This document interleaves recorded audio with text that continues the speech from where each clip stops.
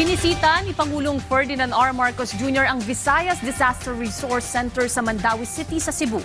Yan ay para personal niyang makita ang mga bagong merchandise o mechanized production system na gagamitin sa pagpapabilis ng paghahanda ng family food pack. Yan ang ulit ni Jessie Atienza ng PTV Cebu. Dumating sa Visayas Disaster Resource Center si Pangulong Ferdinand R. Marcos Jr. kasama si DSWD Secretary Rex Gatchalian upang personal na makita ang 5 bagong mechanized production system na may state-of-the-art automatic vacuum packaging. Layo nitong mapalakas ang disaster preparedness at mapabuti ang response efficiency sa Kabisayaan. Sa tulong ng mechanized production system, mapapalakas din ang mabilisang assistance sa kasagsagan ng kalamidad at emergencies. Bawat linya ng MPS ay may kakayahang makapag-produce ng 4,000 na family food packs sa loob lamang ng 8 oras. Ibig sabihin, ang 5 MPS ay kayang makapag-assemble ng 20,000 na family food packs kada 8 oras.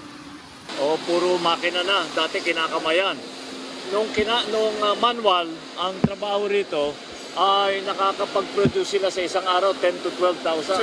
5 to 8. 5 to 8 pa lang, 5 to 8,000.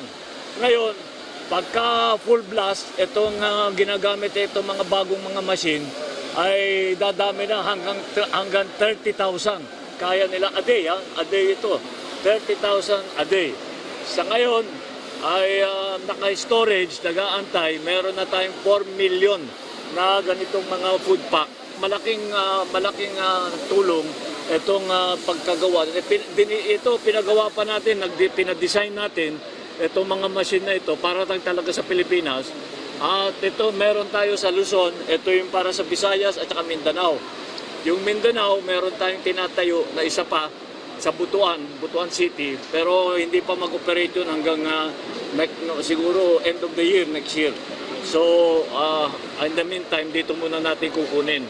Ayon sa Department of Social Welfare and Development, nag-invest ang pamalaan ng 117 million pesos sa mga MPS at kinuha ang pondo mula sa National Disaster Risk Reduction and Management Fund.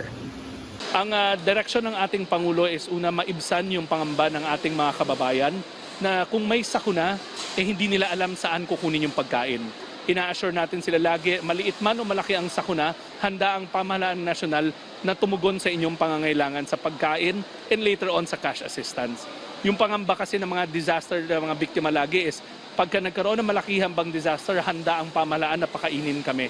Ang sagot namin, makikita niyo naman by yourself na kahit walang sakuna, tuloy-tuloy ang production. Mula sa PTV Cebu, Jessie Atienza para sa Pambansang TV sa Bagong Pilipinas.